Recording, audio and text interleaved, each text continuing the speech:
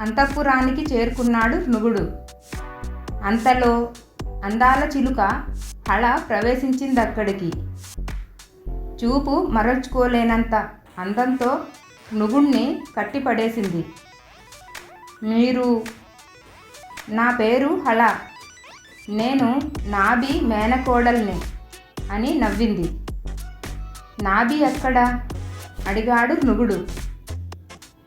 అతని కోసం అటూ ఇటూ ఆందోళనగా చూడసాగాడు. మీరు నన్ను చూడటానికి వస్తున్నారని చెప్పి వెళ్ళిపోయాడు.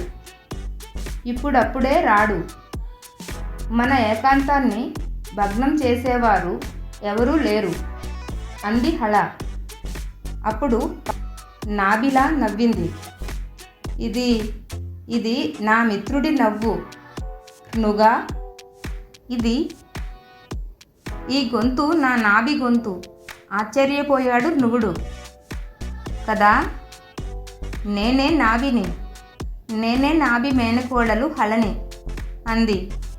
ఇప్పుడు ఆమె గొంతులో స్త్రీత్వం ఉంది. అయోమయంగా చూస్తున్న నృగునికి విషయమంతా వివరంగా చెప్పింది హళ. అతన్ని తాను ప్రేమించిన సంగతి కూడా చెప్పింది. ఇప్పుడు చెప్పు, నన్ను ప్రేమిస్తున్నావా? నన్ను పెళ్లి చేసుకుంటావా? అడిగింది. నాకు నువ్వు కావాలి, నీ ప్రేమ కావాలి, అంతేకాని ఈ కోటలు ఈ తోటలు వద్దే వద్దు అంది ఏడుస్తూ. నృగుని గుండెల్లో ఒదిగిపోయింది హళ. చేసుకుంటే నిన్నే నేను పెళ్లి చేసుకుంటాను. నాకు ఆ కాశీపతి కుమారుడు వద్దే వద్దు అంది. సమాధానం కోసం ముఖం ఎత్తి చూస్తున్న హళను బిగికొవ్వుట బంధించాడు నృగుడు. ప్రేయసి, నిన్ను కాదనుకుంటానా? మన ప్రేమ ఫలించాలనే కోరుకుంటాను. అయితే ఇందుకు పెద్దల ఆశీర్వాదం కావాలి. ముందు మీ తండ్రి గారి అభిప్రాయం తెలుసుకుందాం పద అన్నాడు నృగుడు. రాజుని సమీపించాడు. చెట్టాపట్టాలు వేసుకుని వచ్చిన హళ నృగుల్ని చూసి ఆశ్చర్యపోయాడు దండదారుడు. తర్వాత కోపంగా చూశాడు హళని. నృగుణ్ణి చేతిలోంచి చేయి తీసుకుని కొద్దిగా దూరంగా నిల్చుందామె. తల దించుకుంది. మెల్లమెల్లగా తమ ప్రేమ గురించి తండ్రికి తెలియజేసిందామె. నువ్వు రాకుమారుడివా? నృగుణ్ణి అడిగాడు దండదారుడు. కాదు. నీ తల్లిదండ్రులు ఏం చేస్తుంటారు? మా తల్లి వలలు అల్లుతుంది, తండ్రి చేపలు పడతాడు. జాలారి కొడుక్కి రాజుగారి కూతురు కావాలా? పిచ్చి పిచ్చి వేషాలెయ్యకు, వెళ్ళిక్కడి నుంచి కసిరాడు దండదారుడు. చూస్తారేం, ఇతన్ని గెంటివేయండి భటులను ఆదేశించాడు. పెడరెక్కలు విరిచి కట్టి నృగుణ్ణి పట్టుకుపోయారు భటులు. నాన్న, మీ రాచరికం కోసం మా ప్రేమను బలి చేయకండి. దయచేసి మా ప్రేమను అర్థం చేసుకోండి తండ్రిని బ్రతిమలాడింది హళ. పాదాలు పట్టుకొని ప్రార్థించింది. వినలేదు దండదారుడు. పెళ్ళయ్యేంత వరకు హళ అడుగు తీసి బయట పెట్టకూడదు, అంతఃపురంలో బంధించండి అన్నాడు దండదారుడు. భటులు ఆమెను బంధించి అక్కడి నుంచి తీసుకుని పోయారు. అంతఃపురం ప్రధాన ద్వారం దగ్గరకు తీసుకువచ్చి నృగుణ్ణి బయటికి గిరవాటేశారు భటులు. ఓ అన్నారు. నృగుడు పడుతూ లేస్తూ రాదారి మందిరానికి చేరుకున్నాడు. ఆ మందిరం కిటికీలోంచి చూస్తే అంతఃపురంలోని హళ మందిరము కనిపిస్తాయి. హళ కోసం కిటికీ దగ్గరగా నిలబడి అదే పనిగా ఆర్తిగా చూడసాగాడతను. పగళ్ళు గడిచాయి, రాత్రుళ్ళు గడిచాయి, వేకువలు గడిచాయి, వెన్నెలలు గడిచాయి, ఎండలు గడిచాయి, వర్షాలు గడిచాయి. ఎన్ని గడిచినా హళ కనిపించలేదు. తిండి లేదు, నీళ్లు లేవు. హళ దర్శన భాగ్యమే ఆహారం అన్నట్టుగా నృగుడు చూడసాగాడు. నృగుడు అలా చూస్తున్న సంగతి ఎప్పటికప్పుడు హళకి చెబుతూనే వస్తున్నాడు సారథి. ఒక్కసారి కనిపించండమ్మా, అతని ప్రాణాలు నిలుస్తాయి అంటూనే ఉన్నాడు. నృగునికి కనిపించాలని హళ ఎంతగానో ఆరాటపడింది. పరిచారికలను చేతులు పట్టుకొని బ్రతిమలాడింది. ఒక్కసారంటే ఒక్కసారి అలా బయటికి వస్తాను, నృగునికి కనిపిస్తాను అంది. ఒప్పుకోలేదు వారు.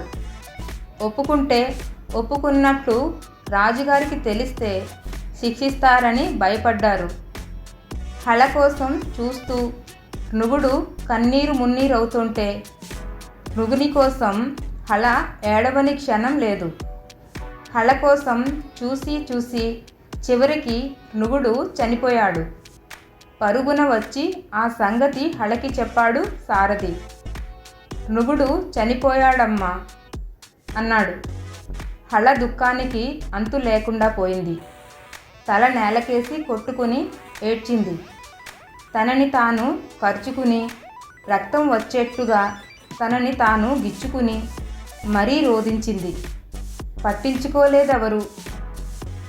కొత్తలో ఇలాగే ఉంటుంది. పాతబడితే అన్నీ మర్చిపోతారు.